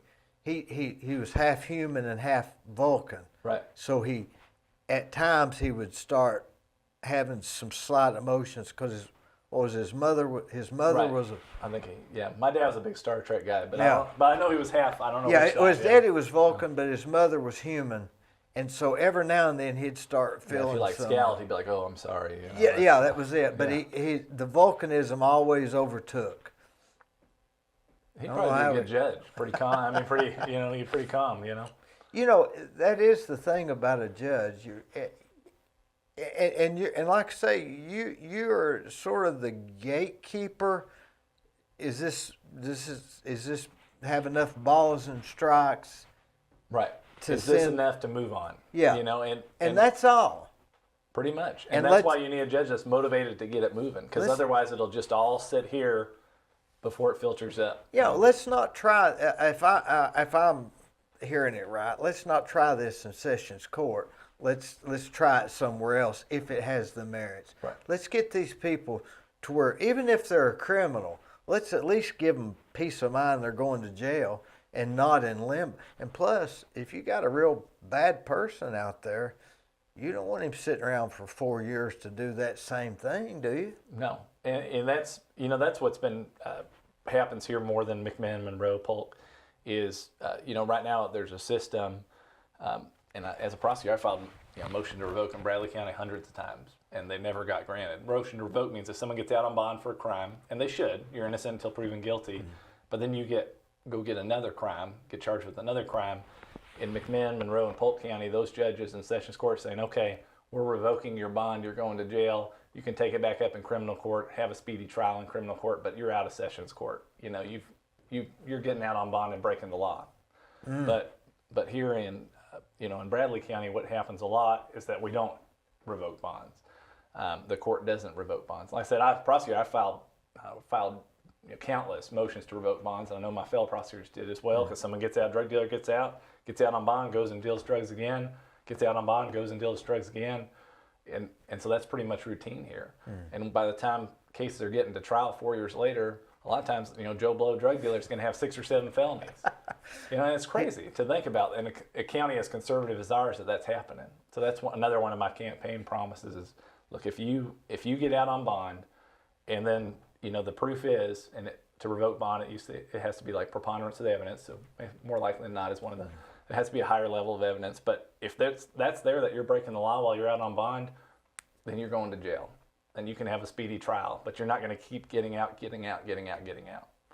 And so like I said, I think all of that, if you have that rule, if you have the 3-month rule, we're going to see it get a lot better. That'll solve a lot of that stuff. And I have, because I was a prosecutor, I have police call me all the time over the last several years, say, look, I just caught, whoever this might be, dealing drugs last week. He got out of bond, he's dealing drugs again. I'm picking him up again. Can you file a motion to revoke? And that's just a frustration with them. So I've had tremendous support from law enforcement, because I think they see that problem with us not revoking bonds. They would be the ones that know. They're there on Right. the front lines. They see it, and they know that sort of stuff.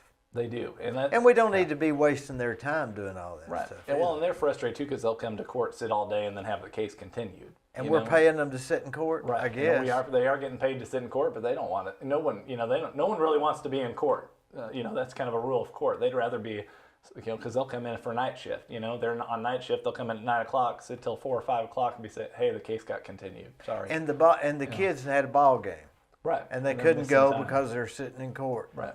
And so that's my rule too. Is when we have the victim cases, I want a victim row and have every victim sit there and go through every one of those cases and get them out of there. And then you turn and say, okay, what officers are here? What cases are they here for? We're doing those cases next. This wait and see kind of attitude we have right now is just, it's making people not want to come to court. It's like the guy I told you with the bad check. He said, look, I don't even know if I'll come to court next time because I'm just done with it. And that's a bad attitude to have from a victim, that they feel like they're being re-victimized going to court. That's almost Franz Kafka. He's similar, went through that same thing. Mm-hmm. Yeah, it's the limbo. He could in limbo. He didn't even know what he did. Right. We just need to have hard and fast rules, and that's what I want to bring. That's my goal. So You're the man. I appreciate it. Good luck. Yeah. I really Yes, sir. wish you luck. I appreciate it.